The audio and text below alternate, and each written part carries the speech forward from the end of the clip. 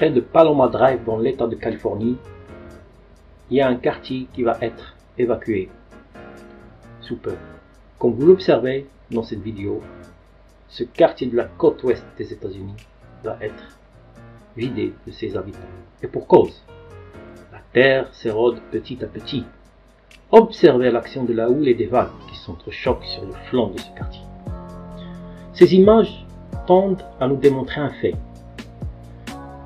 C'est que le relief de la terre, de la croûte terrestre, change avec le temps. Et on va se focaliser surtout sur les changements induits par des facteurs externes, c'est-à-dire qui ne proviennent pas de l'intérieur de la Terre, mais de l'atmosphère. L'étude de ces changements induits par ces facteurs externes sur le relief et la topographie se nomme géodynamique externe. Comme on l'a cité dans la précédente vidéo, vous allez étudier deux applications majeures de cette discipline dans la première année du baccalauréat section sciences expérimentales. Nous allons nous focaliser sur les roches sédimentaires. En effet, comme vous le voyez dans cette vidéo, on remarque la modification de la géographie d'une zone sous l'effet de l'érosion pendant 82 ans, de 1934 à 2016, avec des photographies aériennes. On peut se poser la question, est-ce qu'on peut connaître l'apparence qu'avait ce site dans le passé en étudiant seulement les roches qui le composent? Et quand je dis le passé, c'est-à-dire des temps immémoriaux, il y a 10 000 ans, il y a 1 million d'années. Si oui, comment? C'est ce qu'on va essayer de répondre dans la première leçon de l'unité didactique 1.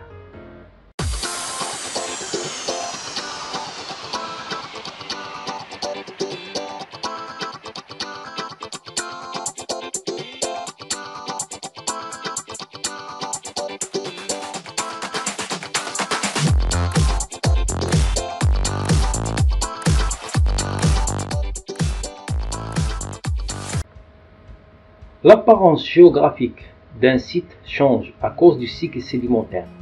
Ainsi, la succession de l'érosion, transport, sédimentation, diagénèse impacte la surface du site. Et comme le démontre cet exemple, une montagne tout entière peut disparaître avec le temps. Donc, pour connaître le relief qui existait dans le site choisi pour l'étude, on doit marcher à reculons. C'est comme si on remontait le temps en allant à l'inverse du processus sédimentaire. Et pour cela, il faut chercher des indices dans la zone choisie pour l'étude. Avec la diversité des milieux présents à la surface de notre planète, il est parfois difficile d'établir un lien de cause à effet entre les différents milieux. En effet, il faut être attentif et adopter une méthode adéquate et rechercher le moindre indice tout en essayant de répondre à cette question. D'où proviennent les roches, petits éléments sédimentaires et grains qui constituent un site géologique? Comment cette étudiante a pu déterminer que la roche qu'elle tient est originaire de la montagne de là-bas dans cette vidéo? Donc, on va procéder de la façon suivante pour cette leçon, et c'est le schéma analytique, une sorte d'organigramme pour la leçon. On étudiera dans chaque chapitre un processus de l'érosion à la diagénèse. Et avec chaque processus, on étudiera un élément constituant la zone étudiée, du plus petit au plus grand, c'est-à-dire du grain de l'élément sédimentaire jusqu'au milieu tout entier. Commençons par définir ce qu'est l'érosion. L'érosion, c'est l'action de dégrader mécaniquement le relief du sol et des roches. C'est-à-dire, d'une montagne, comme vous voyez dans cette vidéo, on peut avoir des cailloux qui tiennent dans la paume des mains. Et de ces cailloux qui tiennent dans la paume des mains, on peut avoir du sable, des grains de sable très petits au fin fond d'une rivière. Souvent, cette érosion se fait sous l'action de certains facteurs qu'on nomme agents d'érosion, qui sont forcément liés au climat, c'est-à-dire soit l'eau des pluies ou la neige, soit le vent, soit la différence de température qui fracturera la roche mère. Mais aussi, il faut faire une distinction. L'érosion est une altération mécanique, c'est-à-dire l'action de ces agents climatiques sera mécanique, c'est-à-dire à force d'usure, de choc continu sur la roche. C'est cela qui va provoquer la fragmentation de la roche. Par exemple, dans cette animation, l'action de la marée haute et la marée basse continue finira forcément par arracher un bout de roche de la côte. Combiné avec la gravité, cette petite roche va s'effriter. Donc, on peut classer les éléments présents dans un site selon leur taille. Cette méthode se nomme le granoclassement et ça nous permettra d'obtenir des indices sur les conditions d'érosion. En plus, ça constitue un bon début de piste pour notre recherche dans le cadre de la leçon. En effet, de l'argile qui est l'élément le plus petit jusqu'au blanc, l'élément le plus conséquent, toute une mosaïque d'éléments sédimentaires non consolidés peuvent être présents dans la zone d'étude.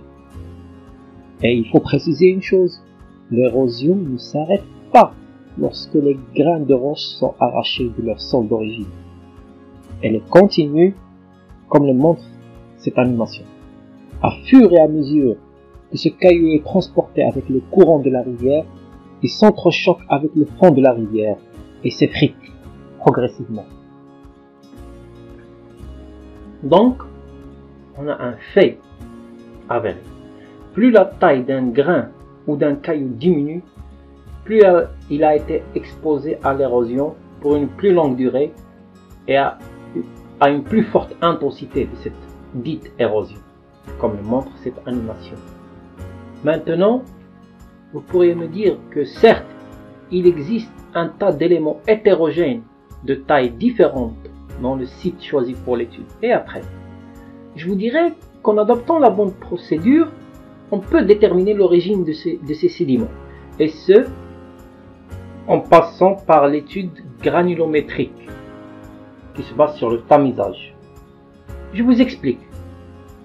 Lorsqu'on fait passer un échantillon de roche ou de grains de sable par un tamis, on a deux parties. La partie de taille supérieure au trou du tamis, c'est ce qu'on nomme le refus, c'est ce qui reste à l'intérieur. Et il y a la partie qui passe au travers, c'est-à-dire de taille plus petite. Elle porte le nom de tamisa. Donc, en prenant un échantillon qui provient du site de l'étude, en l'exposant à une colonne de tamis de taille de trou décroissante d'un tamis à un autre, à partir du haut jusqu'au bas. Et après qu'on ait secoué la colonne régulièrement pendant plus de 10 minutes, on obtiendra une succession de refus avec des poids différents. Et en calculant le rapport du poids de chaque refus sur le poids de l'échantillon initial, on aura des pourcentages qu'on peut noter dans le tableau qui suit. On peut noter les pourcentages de manière isolée, soit on les note de manière cumulative. On les additionne les uns aux autres. Ce tableau nous permettra de représenter graphiquement les résultats de l'échantillonnage. Dans l'axe des abscisses, on aura la taille des trous des tamis. Donc par conséquent, c'est la taille des grains. Et dans l'axe des ordonnées, le pourcentage. La première méthode consiste à représenter avec des histogrammes le pourcentage des refus dans chaque tamisa et à les retranscrire sous forme de courbe de fréquence. Tandis que la deuxième méthode consiste à se baser sur la ligne cumulative, c'est-à-dire chaque histogramme est le cumul des histogrammes précédents. Et on fait passer une courbe au milieu de tous ces rectangles. C'est la courbe cumulative.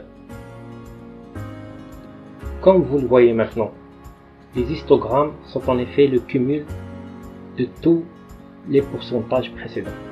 Chacune de ces courbes a une utilisation bien précise.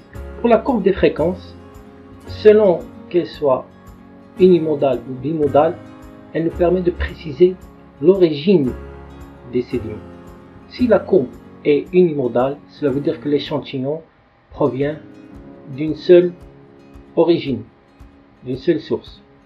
Le sable est dit homogène. Si elle est plurimodale ou bimodale, il y a au moins deux sources pour le sable. Le sable est hétérogène.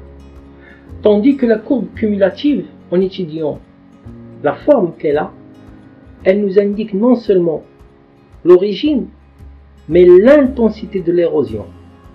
Plus la courbe est sinusoïdale, plus cela veut dire que l'échantillon a subi un courant de vent ou d'eau faible et qu'elle a été très bien classée. Plus elle est tendue, cela veut dire qu'il y a des courants forts qui l'ont amené au site. Mais pour être plus précis, nous allons calculer un indice de classement, le sorting index en anglais. Et on va utiliser la méthode des quartiles. On va noter chaque abscisse qui correspond à 75%, 50% et 25%. Et selon la formule que vous voyez maintenant, cela nous permettra d'établir le degré de classement. Donc selon les valeurs de S0 ou SO, s'ils sont inférieurs à 1, on a affaire à des éléments bien classés, soit comme les galets des rivières. S'ils sont entre 1 et 2,5, on aura affaire à du sable bien classé, comme dans les côtes du littoral. S'il est supérieur à 2,5, on aura des éléments sédimentaires mal classés, comme on trouve dans les glaciers. Mais est-ce que déterminer la durée de l'érosion et l'intensité de l'érosion par l'étude granulométrique est suffisant? Car, voyez-vous, comme dans cette animation, on a la même roche qui peut subir soit le courant des flots d'eau d'une rivière, soit la neige. Et on peut avoir des différents résultats. Car avec la diversité des milieux, on n'a jamais dit qu'il y a présence d'un seul facteur d'érosion. Et on doit répondre à cette question qui est le facteur prépondérant dans le milieu d'origine. Comme vous voyez, à l'intérieur des roches, certaines roches emmagasinent de l'eau. D'autres roches peuvent être présentes dans un milieu qui subira les variations climatiques. Et selon cette variation, on aura différents éléments sédimentaires. Prenez par exemple cette roche dans cette falaise. Elle s'est fissurée sous l'action de la température et de l'eau. Comme vous voyez, lorsqu'il y a une baisse de température, l'eau se solidifie et devient glace à l'intérieur de la roche. Et lorsqu'elle augmente, la température augmente, la glace fond et redevient eau, liquide. Et à fur et à mesure de ce cycle haute température, basse température, eau solide, eau liquide, il y a fragmentation de la roche. L'espace entre les interstices augmente. Et avec l'effet de la gravité, forcément cette roche tombera, ou quelques fragments. Prenons comme autre exemple le désert. Figurez-vous que le sable transporté par le vent, lui aussi contribue à l'érosion. Le petit grain de sable peut éroder les grands rochers dans les montagnes. Rien qu'en observant cet outil de l'ère moderne qui est la sableuse, observez l'impact du vent, l'impact de l'air à haute pression combiné avec le sable. Observez comment il modifie la structure du bois. Bref, ce que je veux dire, c'est que il n'y a pas qu'un seul agent d'érosion isolé. Parfois, ils sont combinés. Et la combinaison de ces agents d'érosion laisse forcément des traces sur les éléments sédimentaires retrouvés dans un site. Et l'étude de ces traces passe par l'étude de la forme qu'a de grains de sable ou le galet de la rivière. L'étude des formes se nomme l'étude morphoscopique.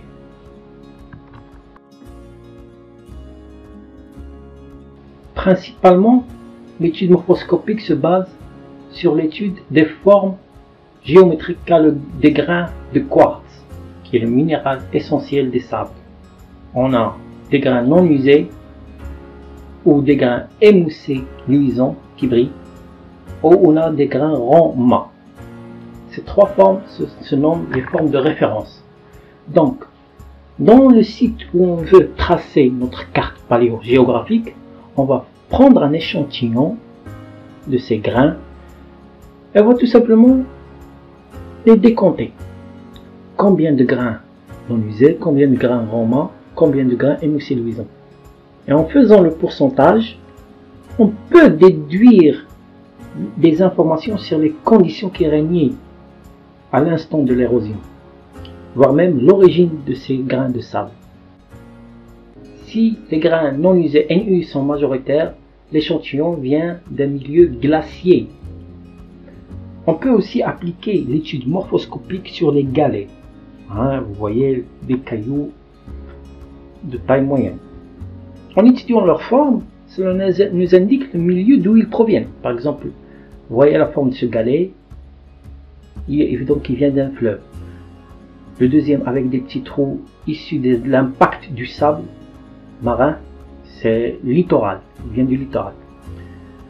Les galets avec des faces plates, il vient du désert. Et enfin, des galets ou des gros cailloux avec des égratignures et des écorchures, cela indique du contact avec de la glace, donc ils viennent des glaciers. Donc ensemble, en étudiant les petits éléments, leur organisation, leur classification, leur taille et aussi leur morphologie, on peut avoir une idée sur l'érosion, comment ils ont été érodés et aussi leur origine et peut-être un peu les conditions qui règnent dans le milieu actuel où on fait notre recherche. Ainsi se termine la première étape de notre leçon. Mais ce n'est pas suffisant car on doit agrandir l'échelle. Comme vous voyez, la progression du cours, on va agrandir l'échelle. Donc dans la prochaine vidéo, on va se focaliser sur l'agencement de ces grains sédimentaires qui vont nous donner des figures sédimentaires comme les dunes. Et comment l'étude de ces figures sédimentaires nous donnera une idée sur les conditions, cette fois-ci du transport et un petit peu de la sédimentation. J'espère que cette vidéo vous sera utile. D'ici là, portez-vous bien et au revoir.